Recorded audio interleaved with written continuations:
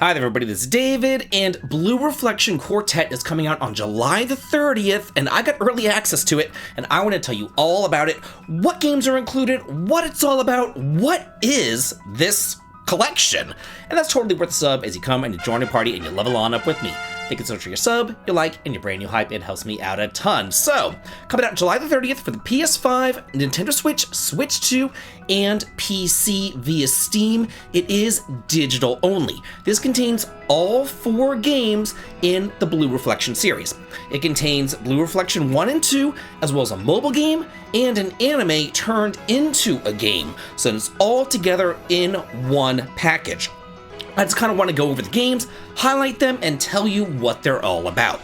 So, the first game in the collection is the original Blue Reflection, which came out in 2017, and it stars these 3 girls. Hinako is your hero, and these girls get these magical rings, and she kind of gets transferred over to this school. She was a ballerina, she injured her leg, she can't really walk, she's really depressed, but when she uses this magical ring, she's able to go into this alternate universe where she's free to be herself, and she transforms into a superhero in a really Sailor Moon sort of way. It's really kind of cute, I've got to say.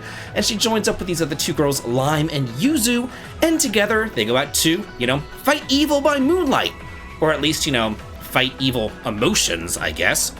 They're fighting in something called the Commons, which is split into 4 different emotions. And whenever somebody in the real world, in their school, has an emotional overload or something else like that, they kind of go a little bit crazy and they pass out, and then you use your magical ring and you can go inside their consciousness or inside their mind and then restore their emotional balance. So it's kind of like a mix between Sailor Moon meets Persona almost in this school sort of setting. You are a reflector, and you fight with the power of fragments, and the fragments are emotional shards that are created by those really strong feelings, and your job is to protect those fragments from the monsters that are trying to consume them. So you fight against the monsters in turn-based combat against the enemies, and there's a timeline at the top of the screen. You can see when your turn comes around, you can see your enemies' turns, but it also has a Grandia twist, where you can knock your enemies back on the timeline, so that they won't get a turn and stuff like that, which I really like. I love Grandia. I love the little Grandia timeline thing. I think that that's a really cool idea. Also, whenever you level up, there's a skill tree sort of thing. You can put your points into attack, defense, support, technical prowess. Once you hit certain thresholds, you'll unlock new abilities. So every single playthrough will be different. Encounters are not random. They do occur out on the field, and you can hit enemies before the battle starts in order to gain an advantage. And another nice thing, kind of like in Breath of Fire 1, you can actually see the enemy's HP whenever you're attacking them. You can actually see how much HP they have left, so you'll know exactly, when they're going to be dying and all that kind of stuff. It also has a fast forward feature through the battles, so you can, go through lightning speed through the battles, which is really kind of nice. Also, kind of like Persona, the days progress with this school day portion, an afternoon portion, and you can spend time bonding with your party members or other students around the school. You can go home at night and study and things like that. You can use fast travel to go to all sorts of different locations, and all of these quality of life improvements have been put into every single game.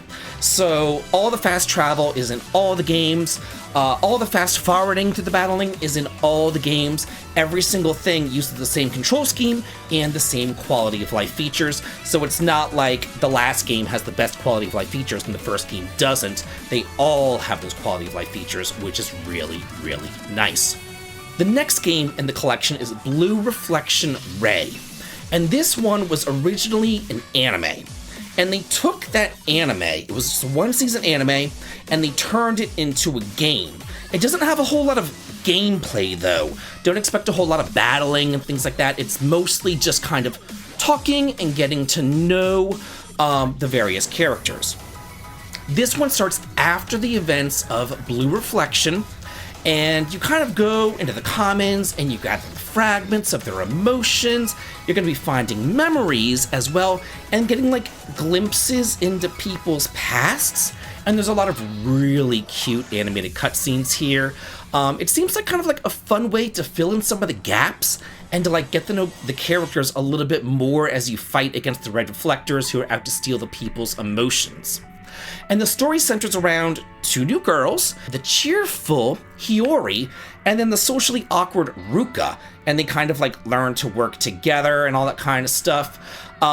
It does have some brand new side stories. It also has a new prologue, it has a new epilogue that allow it to connect a little bit better to the Blue Reflection series. But again, this is a short one, and don't expect like a full-blown huge RPG here. It's just kind of like a little short story thing with, just some nice little things to kind of connect it to the rest of the series.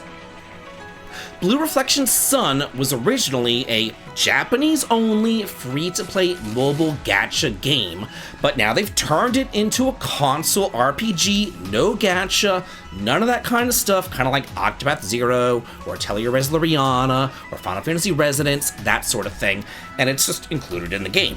This is the third story that you should play, taking place after both the first Blue Reflection as well as Blue Reflection Ray.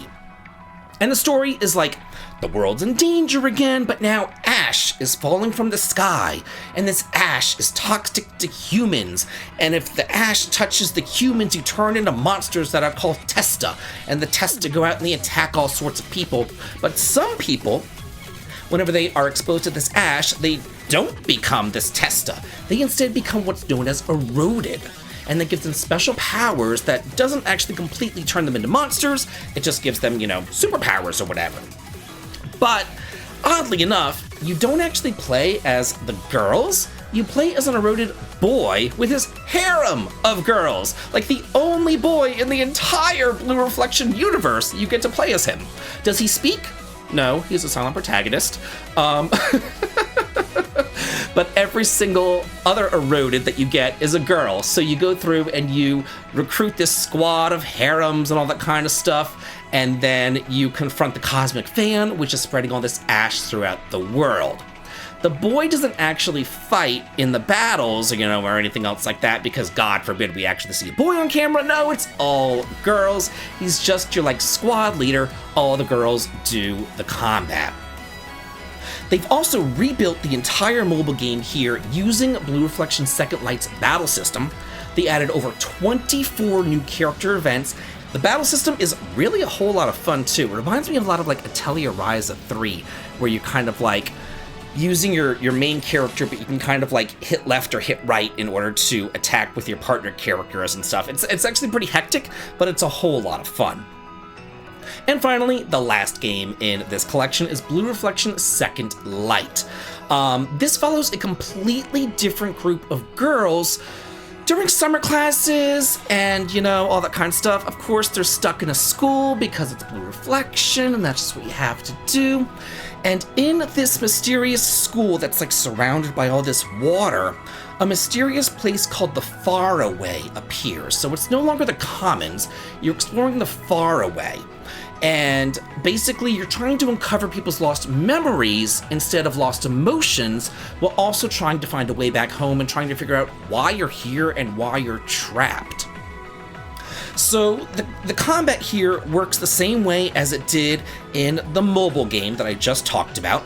Basically, you move along the timeline, your ether kind of points will sort of regenerate as you're going on through. You can attack with your special attacks, you can attack with your regular attacks, you can just go ahead and use your hero if you want to, or you can control all of your party members by hitting L2 or R2, but you have to do it really, really quickly, or you can let the game do it automatically yourself. It's completely up to you.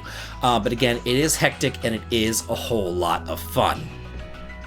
I've also got to say that this sequel has been expanded as well, because 8 additional characters from both Ray and Sun have been added as playable party members. Your movement speed is faster, the battle speed is faster, you can fast forward through the events, and there's also a brand new database that allows you to look at the timelines, character relationships, all the lore, and try to understand how all the stories fit together. So this here is the definitive way to play the Blue Reflection series. So if you've never played the games before, or if you're a super fan of the games and you really want to see, more, and also get to see this anime turned into a game, and this mobile game that we never got turned into a console game, and just really get a whole lot more Blue Reflection in your life, then this is definitely the game to play. I had a blast with this one. This was a whole lot of fun. Really, really, really thoroughly enjoyed it. Just kind of wanted to give you like a quick and dirty highlight of what is going on in all of these games. Thank you guys so much for watching, but now I want to hear from you. What do you think about the series? Do you enjoy this series? And what do you think about these games? Let me know down in the comments, and as always, have a good day.